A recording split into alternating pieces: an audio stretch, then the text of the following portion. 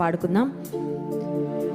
కృపాశక్తి దయా సత్య సంపూర్ణుడా, వాక్యమై ఉన్న యేసు వందనమయ్యా. కృపాశక్తి దయా సత్య సంపూర్ణుడా, వాక్యమై ఉన్న యేసు వందనమయ్యా. నీ వాక్యమే నన్ను బ్రతికించెను, బాధలలో నెమ్మదినిచ్చెను. నీ వాక్యమే నన్ను బ్రతికించెను, బాధలలో నెమ్మదినిచ్చెను. పరిశుద్ధుడా, మహోన్నతుడా, నీకు స్తోత్రాలయ్యా. జీవాధిపతివైన మా దేవా, నీకు వందనాలు. నీ వాక్యమే జీవము, నీ వాక్కు వెల్లడి అగుటతోడనే వెలుగు కలిగినని నీ గ్రంథమందు వ్రాయబడి ఉంది. నీ వాక్యపు వెలుగులో నాయన మమ్మల్ని మేము పరీక్షించుకునే కృప మాకు ఇవ్వండి.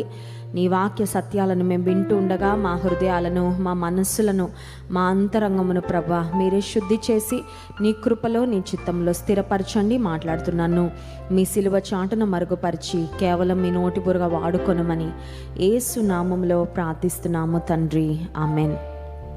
ఇర్మియా గ్రంథము 31వ అధ్యాయము 3వ వచనం అందరం కలిసి చదువుకుందాం. ఇర్మియా గ్రంథము 31వ అధ్యాయము 3వ వచనం. జెరెమయా చాప్టర్ 31 వర్స్ 3. చాలా కాలము క్రిందట యెహోవా నాకు ప్రత్యక్షమై ఇట్లా నేను శాశ్వతమైన ప్రేమతో నేను నిన్ను ప్రేమించుచున్నాను గనుక విడువక నీ ఎడల కృప చూపుచున్నాను. ఇది దాదాపు దేవుని వెంబడిస్తున్న వారందరికీ కంఠస్థమైన వాక్యమే నేను అనుకుంటున్నాను. This is a very very familiar words to all of us. ఇది కొన్నిసార్లు మనకు కంఠస్థం వచ్చినప్పటికీ అనుభవపూర్వకంగా దీన్ని తెలుసుకోవడము, మనకి ఈ వాక్యాన్ని, ఈ లేఖన భాగాన్ని జ్ఞాపకం చేసుకోవడం చాలా ముఖ్యం. When we know that we are loved, మనం ప్రేమించబడుతున్నాము అని తెలుసుకున్నప్పుడు చాలా ఆనందం కలుగుతుంది. ఎవరైనా మన దగ్గరకు వచ్చి మీరంటే నాకు చాలా ఇష్టమండి అంటే ఇంకా రోజు ఆకలేదు, చాలా ఆనందంగా హృదయం ఎక్కడో తేలిపోతూ ఉంటుంది కదా. అబ్బా, నన్ను ప్రేమించేవారు ఉన్నారా, నేనంటే ఇష్టపడేవారు ఉన్నారా. కానీ ఈ లోక సంబంధంగా కొన్నిసార్లు మనుషుల యొక్క ప్రేమలు మనం పొందుకుంటాం. కొన్నిసార్లు ఎంత త్వరగా మనం ప్రేమను పొందుకుంటామో అంత త్వరగా మనల్ని ప్రేమించిన వారు మనకి దూరం అవుతూ ఉంటారు. కొన్నిసార్లు అదే ప్రేమ లైఫ్ లాంగ్ కంటిన్యూ అవ్వకపోవచ్చు. ఒకవేళ ఒక ఫ్రెండ్షిప్, ఒక రిలేషన్షిప్ ప్రారంభంలో ఆ బాండింగ్ చాలా స్ట్రాంగ్ ఉండొచ్చు.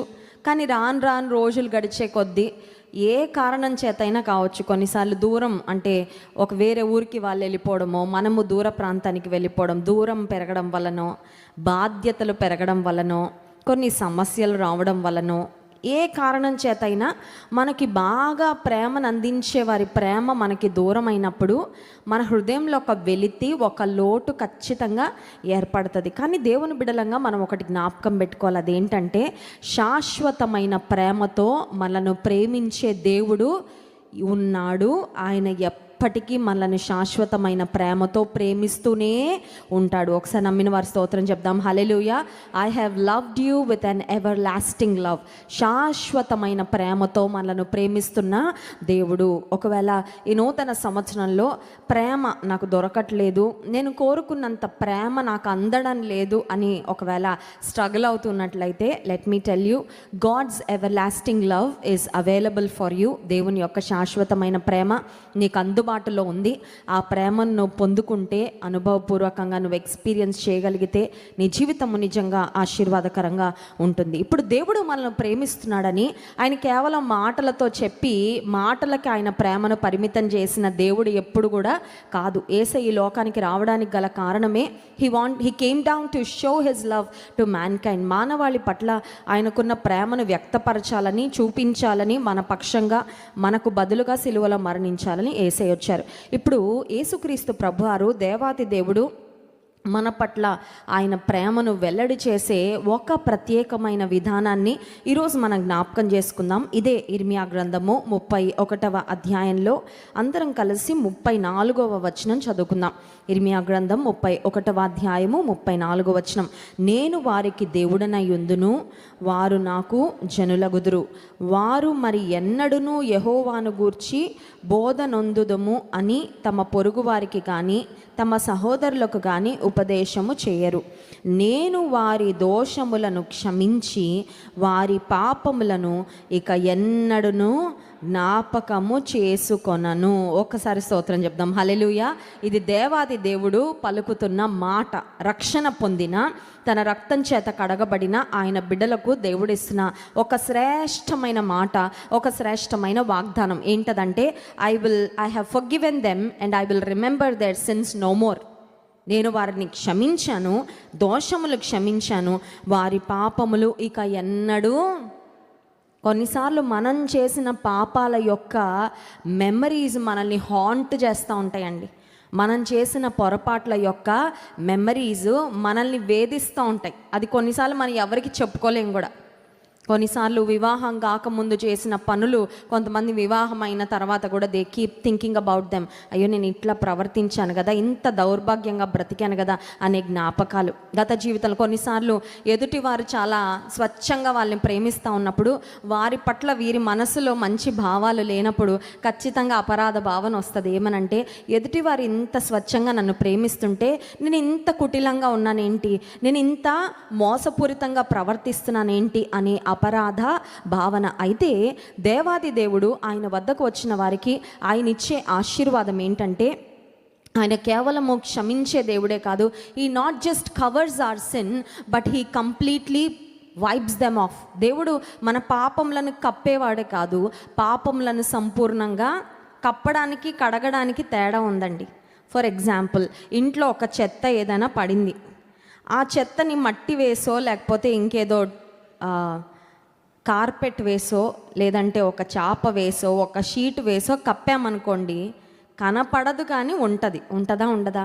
దాని స్మెల్, ఒకవేళ అది స్టింకింగ్ స్మెల్, భయంకరమైన వాసన వచ్చే పరిస్థితి అయితే వాసన వస్తూనే ఉంటుంది. దాని దగ్గరికి చేరాల్సిన ఈగలు, దోమలు, లేకపోతే చీమలు అవన్నీ చేరుతూ ఉంటాయి. ఆ సమయంలో ఆ పరిస్థితి కవర్ అయినట్లు ఉంటుంది కానీ అది అక్కడే ఉంటుంది. ఇప్పుడు దేవాది దేవుడు తన వద్దకు వచ్చి తమ పాపములను దేవుని సన్నిధిలో ఒప్పుకునే వారిని ఈ not just covers our sin. ఆయన ఏదో కప్పి పెట్టేవాడు కాదు. కప్పి పెట్టడం అంటే ఏంటంటే, అమ్మా నాన్నలు పిల్లల విషయాల్లో కొన్నిసార్లు వ్యవహరించే తీరు, వాళ్ళ అబ్బాయి చేసి ఉంటాడు, వాళ్ళ అమ్మాయి చేసి ఉంటుంది, కానీ మనకి మన పిల్లల్ని వెనకేసుకొని రావడం అలవాటైపోయి, మా వాడు అలాంటోడు కాదండి, మా అమ్మాయి అలా చేయలేదండి, అది ఇంకెవరో చేసి ఉంటారండి, ఇంకెవరో చేసి మా అమ్మాయిని అంటున్నారండి, మా అబ్బాయిని అంటున్నారండి, కవర్ చేస్తాం. చేసింది వారే కానీ దాన్ని కప్పిపుచ్చుకోవడం. ఇప్పుడు దేవాది దేవుడు తన వద్దకు వచ్చి తమ పాపములను ఆయన సన్నిధిలో ఒప్పుకునే వారికి దేవుడు చేసే కార్యం ఏంటంటే, he doesn't cover us but he actually blots out our transgressions. ఆయన తుడిచేసే దేవుడు, కడిగేసే దేవుడు. ఎంత బాగా కడుగుతాడంటే, ఆ మరకలు కూడా లేకుండా, డాగులు కూడా లేకుండా, మచ్చలు కూడా లేకుండా మన పాపాన్ని కడిగివేసే దేవుడు. ఒకసారి నమ్మిన వారి స్తోత్రం చెప్దాం. హల్లెలూయా. యేసు రక్తము ప్రతి పాపము నుండి మనలను పవిత్రపరచును అనే మాట లేఖన భాగంలో మనం చూస్తున్నాం. దేవుడు క్షమించే దేవుడు. ఇప్పుడు దోషములను క్షమించి వారి పాపములను ఇక ఎన్నడూ. మనం చేసిన తప్పులు మనకి జ్ఞాపకం రావడం ఇస్ వన్ థింగ్, కానీ ఎవరికి విరోధంగా చేశామో వారిని ఎక్కువ బాధ పెడతా ఉంటాయి. అవునా కదా?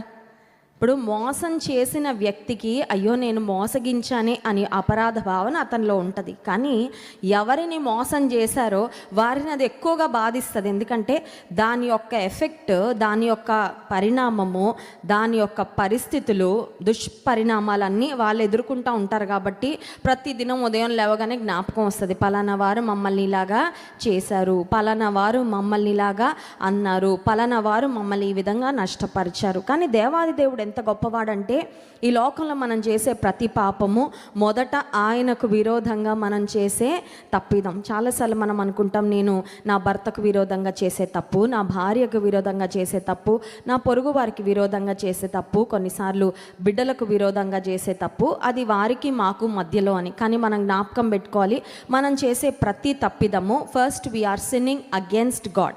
దేవునికి విరోధంగా మనము పాపము చేస్తున్నామని.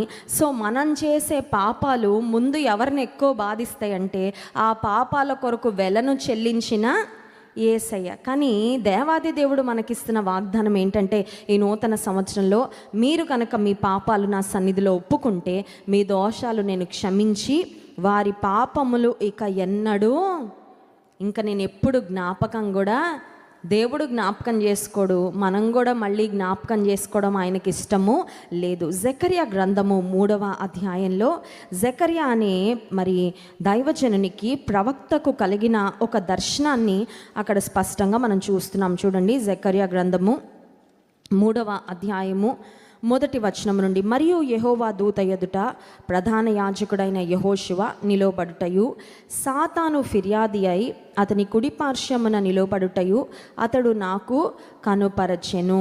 ఇక్కడ ఇద్దరు కనబడుతూ ఉన్నారండి. ఒకటి దేవుని దూత. దేవుని దూత ఎదుట రెండవ వ్యక్తి ఎవరు కనబడుతున్నారంటే ప్రధాన యాజకుడైన యెహోషువ, ద హై ప్రీస్ట్ జాషువా. ఈయన మనకి యెహోషువ గ్రంథంలో కనిపించే యెహోషువ కాదు, మోషే తర్వాత నాయకత్వాన్ని వహించిన యెహోషువ కాదు. He's an other person. Babylon యొక్క బానిసత్వంలోకి చెరలోకి వెళ్ళిన తర్వాత దేవుడు తన ప్రజలను జ్ఞాపకం చేసుకొని తిరిగి తమ ప్రాంతానికి పంపించినప్పుడు ఆ ఫస్ట్ బ్యాచ్లో వెళ్ళిన ప్రవక్త అయిన యాజకుడైన యెహోషువ ఇక్కడ మనకు కనబడుతున్నాడు.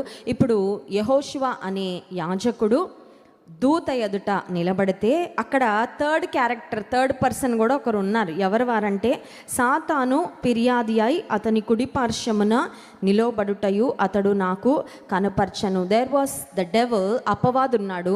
ఇప్పుడు అపవాది ఏం చేస్తున్నాడంటే ఫిర్యాదులు కంప్లైంట్ చేస్తున్నాడంట. ఎవరి మీద కంప్లైంట్ చేస్తున్నాడంటే యెహోషువ మీద కంప్లైంట్ చేస్తున్నాడు. ఎవరికి కంప్లైంట్ చేస్తున్నాడంటే దేవుని దూతకు కంప్లైంట్ చేస్తున్నాడు. ఇప్పుడు ఈ యెహోషువ సామాన్యమైన వ్యక్తి అంటే లేదు, హీ వాజ్ అ ప్రీస్ట్. ఆయన ఒక యాజకుడుగా ఉన్నాడు. యాజక ధర్మం జరిగించడానికి దేవుని సన్నిధిలో నిలవబడి ఉన్నాడు. He was serving God. దేవుని పనిలో ఉన్నాడు, దేవుని పని కొరకే నియమించబడ్డాడు. ఒకప్పుడు గతంలో పాపంలో బ్రతికాడు, కానీ ఇప్పుడు మరి దేవుని అనుసరించే వ్యక్తిగా, దేవుని సేవించే వ్యక్తిగా యెహోషువ ఉంటే, ఇప్పుడు యెహోషువకు విరోధంగా ఎవరు మాట్లాడుతున్నారంటే అపవాది ఫిర్యాదులు చేస్తున్నాడు. చూడండి, ఫిర్యాదులు అంటే యూజువల్గా మనకి చిన్నప్పుడు గుర్తొస్తుంది.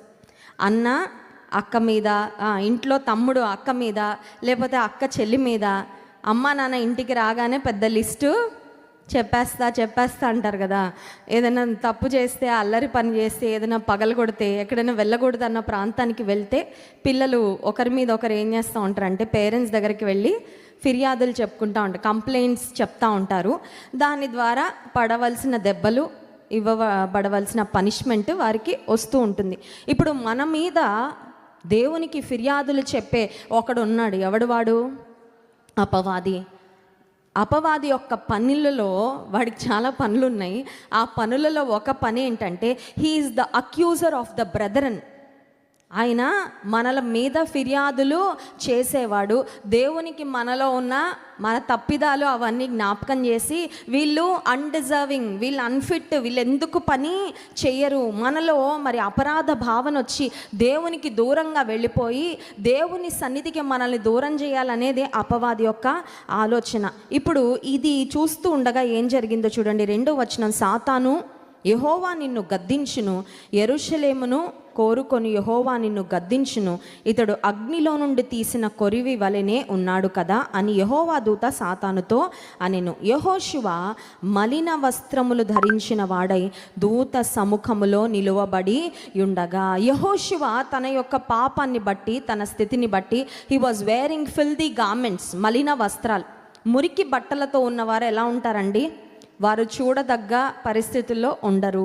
వారిని ఎవరైనా చూసినా కూడా చాలా అసహ్యం అనిపిస్తుంది చెప్పాలంటే.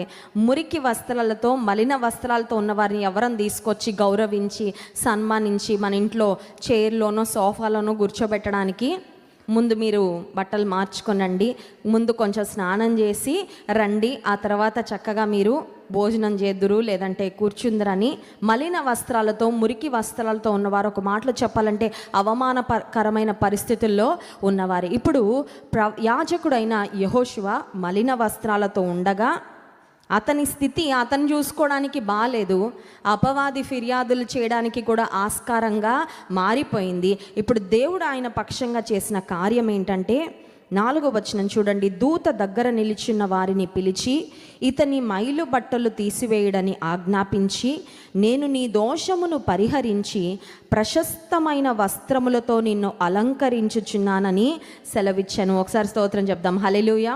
మైలు బట్టలు, మురికి బట్టలు, ఫిల్దీ గార్మెంట్స్లో ఉన్న యెహోషువను దేవుడు ఏం చేశాడంటే అతని మురికి వస్త్రాలు తీసేసి అతనికి ఏమి దయచేశారు? Did God give him ordinary garments? మురికి బట్టలతో ఉన్నావయ్యా నువ్వు, మామూలు బట్టలు వేసుకో చాలు అనలేదు, ప్రశస్తమైన వస్త్రాలు తొడిగించారంట. ఒకసారి స్తోత్రం చెప్దాం. Hallelujah. God gave him precious garments. అంత మాత్రమే కాదు, నిన్ను అలంకరించుకున్నామండి. చెప్పండి, అలంకరించుకోవడం అంటే మీరు ఒకసారి ఆ వెనక్కి తిరిగి ఆలోచించుకుంటే బెస్ట్గా మనం అలంకరించుకునేది ఎప్పుడు? పెళ్ళి అయిన వారైతే పెళ్ళి రోజు, పెళ్ళి అవ్వని వారైతే ఆ రోజు కోసం వెయిట్ చేస్తారు. అది ఎప్పుడు వస్తుందా? I want to look the very best కదా. ఇంకా లైఫ్లో ఎప్పుడు కనబడనంత చక్కగా కనబడాలి, అంత అందంగా ఉండాలి, అంత చక్కగా అలంకరించుకోవాలని వివాహ దినము కొరకు ఎదురు చూస్తాం. ఇప్పుడు దేవాది దేవుడు మలిన వస్త్రాలతో పాపముతో మురికిగా ఉన్న మనలను ఎలా చూడాలనుకుంటున్నాడంటే, he doesn't want to see us with filthy garments in a humble and lowly state. దీన స్థితిలో, దిగజారిపోయిన స్థితిలో, పాపపు స్థితిలో మన పాపపు మలిన వస్త్రాలతో ఉండడం దేవునికి ఎంత మాత్రం ఇష్టమో. చూడండి, మన విరోధులు ఉంటారు కొంతమంది, మన శత్రువులు. నిష్కారణంగా కొన్నిసార్లు వాళ్ళు శత్రువులు అవుతారు, ఎందుకు అవుతారో కూడా తెలియదు. ఈ శత్రువులు ఏం చేస్తూ ఉంటారంటే మన మీద ఎవరైనా ఏమన్నా చెప్తా ఉంటే వారు ఏమంటారండి? అవునా, ఇంకా చెప్పు, ఇంకేంటి ఇంకేంటి ఇంకేంటి ఇంకేంటి అని మన మీద ఎవరైనా చెడుగా చెప్తా ఉంటే వాటిని చాలా ఆసక్తిగా విని వాటికి ఇంకాస్త మసాలా కలిపి వాటిని ఇంకాస్త పెద్దగా చేసి 10 మందికి ప్రచారం చేస్తూ ఉంటారు. అది శత్రువుల యొక్క లక్షణం. కానీ మనల్ని ప్రేమించేవారు ఉన్నారనుకోండి, మనకు విరోధంగా ఎవరైనా ఒక మాట మాట్లాడగానే they will not be silent. వాళ్ళు ఉండలేరు కూడా. వాళ్ళు వెంటనే ఏమంటారు తెలుసా? వాళ్ళు ఎవరో మాకు తెలుసండి, వాళ్ళ పరిస్థితులు ఏంటో మాకు తెలుసు, మీరు విన్నారేమో కానీ అది మాత్రం నిజమో కాదు, నేను చెప్పగలను, వాళ్ళు చాలా మంచివారు, వాళ్ళు అలాంటి వారు. నీవు నిజంగా ఎవరినైనా ప్రేమిస్తే ఎదుటి వారు ఒకవేళ నువ్వు ప్రేమించిన వారి గురించి చెడుగా మాట్లాడుతూ ఉంటే నువ్వు దాన్ని అంగీకరించవు, దాన్ని నువ్వు ఎంకరేజ్ కూడా ఖచ్చితంగా. ఇప్పుడు అపవాది దేవుని ప్రజల మీద ఫిర్యాదులు చేస్తూ ఉంటే శాశ్వతమైన ప్రేమతో మనను ప్రేమిస్తున్న దేవుడు he doesn't even want to listen. దేవునికి వినడం కూడా ఇష్టమో లేదు, మనల్ని ఆ స్థితిలో ఉంచడము చూడడం ఆయనకి ఎంత మాత్రం ఇష్టమో లేదు. Let me tell you, new year వచ్చింది, 2025వ సంవత్సరం. Happy new year, happy new year. అప్పుడు నెమ్మదిగా పాతగా అవుతుంది కదా, ఎందుకంటే ఫస్ట్ వీక్ అయిపోయింది. నేను ఎవరితోనో హ్యాపీ న్యూ ఇయర్ అంటుంటే ఇంకా ఏం హ్యాపీ న్యూ ఇయర్ సిస్టర్ అంటున్నారు. అంటే ఏంటనమాట, ఓల్డ్ ఇయర్ 2025 కూడా పాతగా అయిపోయింది. ఏదో ఫస్ట్ 1 వీక్ న్యూగా అనిపిస్తుందేమో కానీ నాట్ న్యూ ఎనీమోర్, అలవాటు అయిపోయింది. కానీ నూతన సంవత్సరంలో ప్రవేశించిన మనము ఆత్మీయంగా నూతనమైన అనుభవాలు కలిగి ఉండాలని దేవుడు కోరుకుంటా ఉన్నాడు. That doesn't mean we should wear new clothes. ఏదో భౌతికంగా ఒక షాప్కి వెళ్ళి కొత్త బట్టలు కొనుక్కొని వాటిని వేసుకొని కొత్త బట్టలు వేసుకున్న ఆనందాన్ని అనుభవించాలని కాదు, కానీ ఆత్మ సంబంధంగా నిన్ను నన్ను దేవుడు అలంకరించాలని కోరుతా ఉన్నారు. స్తోత్రం చెప్దాం. హల్లెలూయా. ఆయన సన్నిధిలో నీవు నేను మన మలిన వస్త్రాలు, మన పాపపు వస్త్రాలు తొలగించబడినప్పుడు ఆటోమేటిక్గా మనకు దేవుడు తన ప్రశస్తమైన వస్త్రాలు దయచేసే దేవుడు. అంత మాత్రమే కాదు, ఆయన అక్కడ నాకు చాలా నచ్చిన మాట 5వ వచనంలో చూడండి, అతనిని అలంకరించిరి, పెట్టి తెల్లని బాగా పెట్టి వస్త్రములతో అతనిని అలంకరించిరి. దేవునికి ఏమిష్టం అంటే నీవు నేను ఆత్మ సంబంధమైన అలంకరణలతో ఉండడము ఇష్టము. పరిశుద్ధ అలంకారములు ధరించుకొని ఆయనకు నమస్కారము చేయడి. ఏంటి అలంకరణ? ఎక్కడ దొరుకుతుంది ఆత్మ సంబంధమైన అలంకరణ? How can I beautify my self spiritually? ఆత్మీయంగా నేను ఇంకా అందంగా సౌందర్యంగా తయారవ్వాలంటే ఏం కాస్మెటిక్స్ వాడాలి, లేకపోతే ఏం బట్టలు కొనుక్కోవాలంటే ఏ షాప్లో దొరకవు అవి. దేవుని పాదాల దగ్గర కూర్చుంటే, దేవునితో సమయం గడిపితే, దేవుని సన్నిధిలో మన అంతరంగాన్ని, మన హృదయాన్ని, మన ఉద్దేశాలన్నిటినీ ఆయన రక్తంలో కడుక్కుంటే, when you are cleansed, when you are washed, కడగబడినప్పుడు, శుద్ధి చేయబడినప్పుడు మనము నూతన వస్త్రాలను పొందుకుంటాము, అలంకరణను పొందుకుంటాము. అంత మాత్రమే కాదు, నిజానికి ఆ పై వచనంలో 3వ వచనంలో మనం 3వ అధ్యాయం 1వ వచనంలో సాతాను ఫిర్యాది అయి యెహోషువను గూర్చి దేవుని దూతకు చెప్తా ఉన్నాడు, హీ డజంట్ డిజర్వ్. అపవాది కూడా చాలాసార్లు అదే అంటాడు, యూ డోంట్ డిజర్వ్. నువ్వు మందిరానికి వెళ్ళడానికి నీకు అర్హత లేదు, నువ్వు దేవుని ఏం అడగడానికి నీకు అర్హత లేదు, అబ్బా తండ్రి అని పిలిచే అర్హత నీకు లేదు, దేవుని వాగ్దానాలను స్వతంత్రించుకునే అర్హత నీకు లేదు. Let me tell you one thing, the devil will give you a million reasons to make you feel undeserved and unworthy. నాకు అర్హత లేనే లేదు ప్రార్థన చేయడానికి, దేవుని స్తుతించడానికి, దేవునిలో ఎదగడానికి, దేవుని బిడ్డగా పిలువబడడానికి అని మనల్ని దేవునికి దూరం చేయడానికి 1,000,000 రీజన్స్ అపవాది ఎప్పుడు ఇస్తూనే ఉంటాడండి. కానీ వాడు ఎప్పుడు ఆపుతాడంటే నువ్వు చెవి వాడికి తెరవడం మూసినప్పుడు. కొంతమంది ఉంటారండి, మనం వింటూ ఉంటే చెప్తానే ఉంటారు. చూసారు అలాంటి వాళ్ళని? చాలామంది ఎదురుపడతారు అలాంటి. When you keep listening they keep talking every rubbish. దేను తెలిసిన చెత్త అంతా నీ చెవులో వేస్తారు. ఆ చెత్త అంతా చెవులో ఉండదు కదా, లోపలికి వెళ్తుంది. మనం కూడా పాడైపోతాం, మన హృదయం కూడా పాడైపోతుంది. మనకి ఎవరి మీద మంచి అభిప్రాయాలు ఉండవు, ఇంకా దురుద్దేశాలన్నీ తయారైపోతూ ఉంటాయి. ప్రార్థన సరిగ్గా రాదు. నీ చెవులు ఎవరికి తెరుస్తున్నావో జాగ్రత్త. Do not open your years to the enemy. అపవాదికి నీ చెవులు ఎప్పుడూ నీ దగ్గరకు వచ్చి మొదలు పెట్టాడు అనగానే షట్ హెమ్ డౌన్. అందుకే దేవునికి లోబడి ఉండుడి, అపవాదిని ఎదిరించుడి, అప్పుడు వాడు మీ యొద్ద నుండి పారిపోని. యాకోబు పత్రికలో యాకోబు భక్తుడు అందుకే చక్కగా చెప్పాడు, దేవునికి లోబడి ఉండుడి, అపవాదిని ఎదిరించుడి, అప్పుడు వాడు మీ యొద్ద నుండి పారిపోని. యేసుక్రీస్తు ప్రభువారు కూడా ఆయన శోధింపబడినప్పుడు శోధకుడు యేసయ్య వద్దకు వచ్చి యేసయ్యను కూడా శోధిస్తూ ఉంటే, ఇంకా చెప్పు నాయనా, ఇంకా చెప్పు, నీ దగ్గర ఏం ఆఫర్లు ఉన్నాయి, ఇంకా నేను ఆకలేస్తుంది కదా, రాళ్ళు రొట్టెలు చేసుకుంటా, ఇంకేమన్నా ఉన్నాయా ఐడియాలు అని అడిగాడు అపవాదిని. నువ్వు ఇచ్చిన ఐడియాలు మంచివైనా చెత్తవైనా నాకు అక్కర్లేదు. అపవాదిని యేసుక్రీస్తు ప్రభువారు వాక్యముతో ఎదిరించారు, వాక్యముతో జయించారు. నీవు నేను కూడా ఈ నూతన సంవత్సరంలో ఒక తీర్మానం తీసుకుందాం. మన ఆర్మర్, మన స్పిరిచువల్ ఆర్మర్ ఏంటంటే దేవుని వాక్యమే. దేవుని వాక్యంతో మనం నింపుకుంటా ఉంటే, ఎక్విప్ చేసుకుంటా ఉంటే, దేవుని వాక్యాన్ని కంఠస్థం చేస్తూ ఉంటే, ధ్యానం చేస్తూ ఉంటే, శోధకుడు మన చెవు దగ్గరికి రాగానే మన లోపల నుండి దేవుని వాక్యము అనే ఆత్మ ఖడ్గము ద్వారా అపవాదిని మనం జయించవచ్చు, ఎదిరించవచ్చు. వాడి యొక్క మాటలు మన హృదయంలోనికి వెళ్లకుండా, మనల్ని ప్రభావితం చేయకుండా మనము భద్రపరచుకోవచ్చు. ఇప్పుడు అపవాది యెహోషువ మీద ఫిర్యాదులు చేస్తూ ఉండగా దేవుడు ఆ అపవాదిని గద్దించారు. అంత మాత్రమే కాదు, ఆయన మలిన వస్త్రాలు తొలగించి విలువైన వస్త్రాలు ధరింపచేసి ఆయనను అలంకరింపచేసిన తర్వాత ఇప్పుడు దేవుడు యెహోషువకి ఇచ్చిన గొప్ప భాగ్యం, ద గ్రేటెస్ట్ బ్లెస్సింగ్ అంటాను నేను, ద గ్రేటెస్ట్ బ్లెస్సింగ్. ఈ నూతన సంవత్సరంలో ఈ బ్లెస్సింగే కోరుకుందామండి అందరం. నా మట్టుకు నేను కూడా ఈ బ్లెస్సింగ్ కోసం ఎప్పుడు అడుగుతూ ఉంటా. ఏంటి ఆ బ్లెస్సింగ్ అంటే 7వ వచనం చివరి భాగం చూడండి. 7వ వచనం ఆఖరు భాగం, నా సన్నిధిని నిలుచు భాగ్యము నీకిత్తును. ఒకసారి స్తోత్రం చెప్దాం, హల్లెలూయా. ఏంటి ఆ భాగ్యం? ₹1,00,00,000 బ్యాంక్ బ్యాలెన్స్ కాదు ఆ భాగ్యం, లేకపోతే ఒక 3 అంతస్తుల భవనం కాదు ఆ భాగ్యం, లేకపోతే స్థలాలు పొలాలు కాదు, క్షయమైపోయే ఈ లోక సంబంధమైనవి కాదు ఆ భాగ్యము.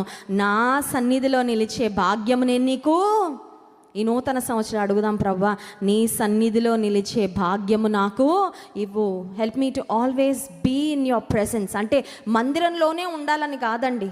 ఇప్పుడు ప్రార్థన అయిన తర్వాత మళ్ళీ మన ఇళ్ళకు వెళ్ళిపోతాం, రేపు తిరిగి మన ఉద్యోగాలకు వెళ్ళిపోతాం, మన పనులకు వెళ్ళిపోతాం, మన బాధ్యతలన్నీ నిర్వర్తిస్తూనే ఉంటాం. కానీ ఎప్పుడు జ్ఞాపకం పెట్టుకోవాల్సింది ఏంటంటే, దేవుడు నా ఎదుట ఉన్నాడు, దేవుడు నాతో ఉన్నాడు, నా దేవుని ముందు నేను జాగ్రత్తగా ప్రవర్తించాలి అనే భయం, దేవుడు చూస్తున్నాడనే భయము. Always remember that God is watching you, always remember that God is with you, and always remember that you are standing in his presence. మొదటి రాజుల గ్రంథము 10వ అధ్యాయము 8వ వచనంలో షేబ దేశపు రాణి సొలొమోను రాజును గుర్చిన ఖ్యాతిని ఆమె చాలా విన్నది. She has heard a lot about king Solomon. సొలొమోను రాజును గురించి చాలా విన్న తర్వాత ఆమె సొలొమోనును చూడడానికని వచ్చిందండి. ఆయన జ్ఞానాన్ని పరీక్షించడానికి వచ్చింది. వచ్చిన తర్వాత ఆమె చేస్తున్న సంభాషణ చూడండి. మొదటి రాజుల గ్రంథము 10వ అధ్యాయం 8వ వచనం.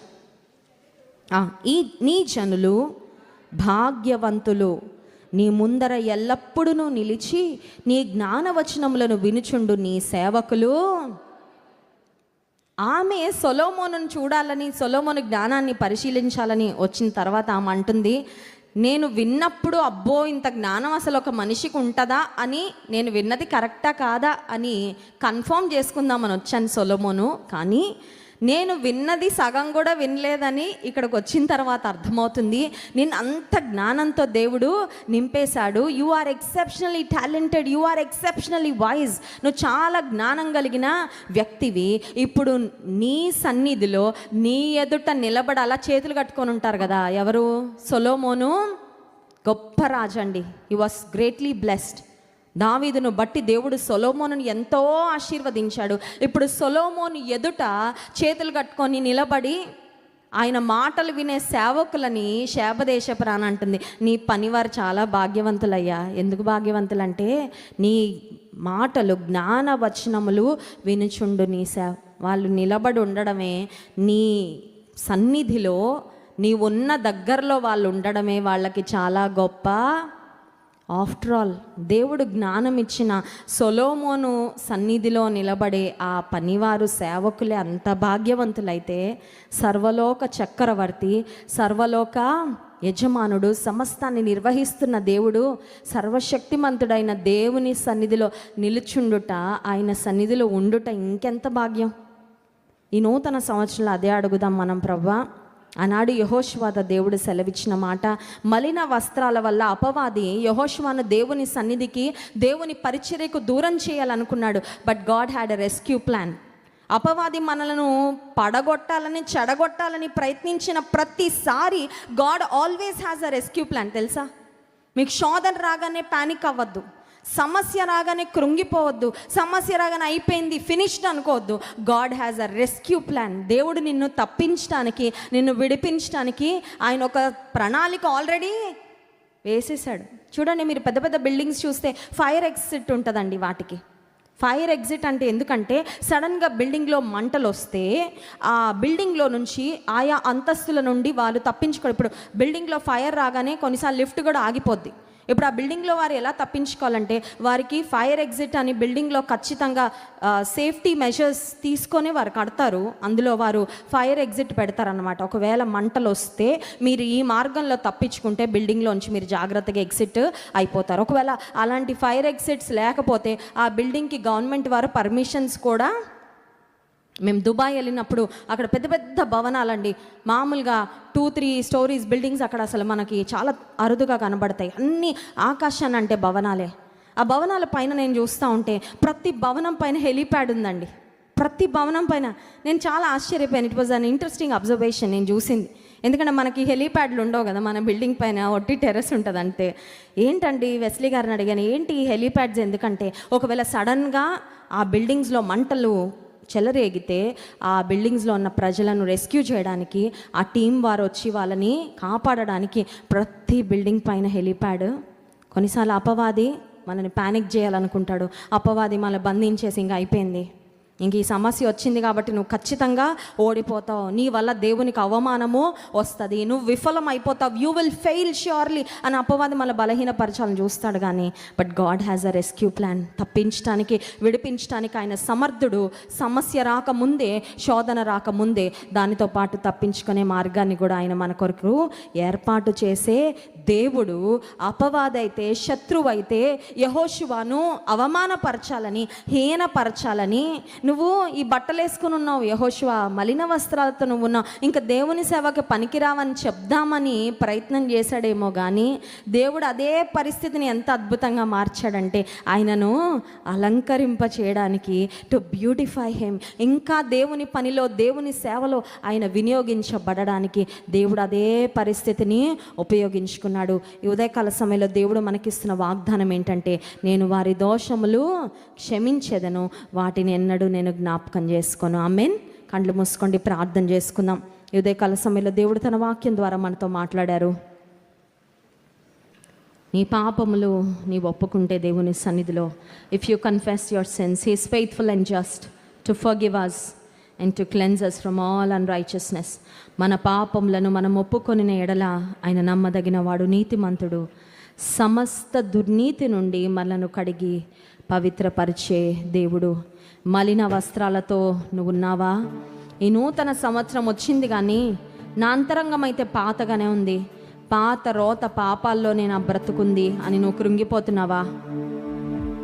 నీ మలిన వస్త్రాలు, నీ మురికి వస్త్రాలు తొలగించి, నీ అవమానకరమైన స్థితిని తొలగించి దేవుడు నిన్ను కనపరచాలని కోరుతున్నాడు. దేవుడు నిన్ను అలంకరించాలని కోరుతున్నాడు. ఆత్మ సంబంధమైన పరిశుద్ధ అలంకారాలతో నిన్ను నింపాలని, నీకు ధరింపచేయాలని ఆయన ఆశిస్తున్నాడు. నీ పాపములను క్షమించి వాటిని మరెన్నడూ జ్ఞాపకం చేసుకోనని వాగ్దానం చేశాడు. Thank you Lord, thank you Lord for cleansing me. నన్ను కడిగావయ్యా, స్తోత్రం అయ్యా. నన్ను శుద్ధి చేసావయ్యా, స్తోత్రము. నా గతాన్ని నువ్వెన్నడూ జ్ఞాపకం చేసుకోవడం లేదు ప్రభా, అందుకై నీకు స్తోత్రం అని దేవుని స్తుతిద్దాం. పరిశుద్ధుడా, ప్రేమ కలిగిన తండ్రి, నీకు స్తోత్రాలు. నీ యందు విశ్వాసం ఉంచిన వారికి నీవిచ్చిన క్షమాపణ, మా పాపములను మరెన్నడూ జ్ఞాపకం చేసుకోనని మీరు ఇచ్చిన వాగ్దానమును బట్టి నీకు స్తోత్రాలు. అపరాధ భావంతో, ఇంకా అవమానంతో గతంలో స్టక్ అయిపోయి ఎంతమంది ఉన్నారో ప్రభా, ఆ పరిస్థితుల నుండి, ఆలోచన నుండి విడుదల పొంది, మలిన వస్త్రాల నుండి విడుదల పొంది ప్రభా, మీరిచ్చే రక్షణ వస్త్రాలను, నీతి వస్త్రాన్ని ధరింపజేసుకునే కృప మందరికి ఇవ్వండి ప్రభా. ఈ నూతన సంవత్సరంలో ఆత్మ సంబంధంగా నూతనమైన అనుభవాలు మాకు దయచేయండి. నీ సన్నిధిలో నిలిచే భాగ్యము మాకు, మా కుటుంబాలకు ఇవ్వండి. ఘనత, మహిమ, ప్రభావం మీకే చెల్లిస్తూ యేసు నామంలో ప్రార్థిస్తున్నాము తండ్రి, ఆమెన్. అందరూ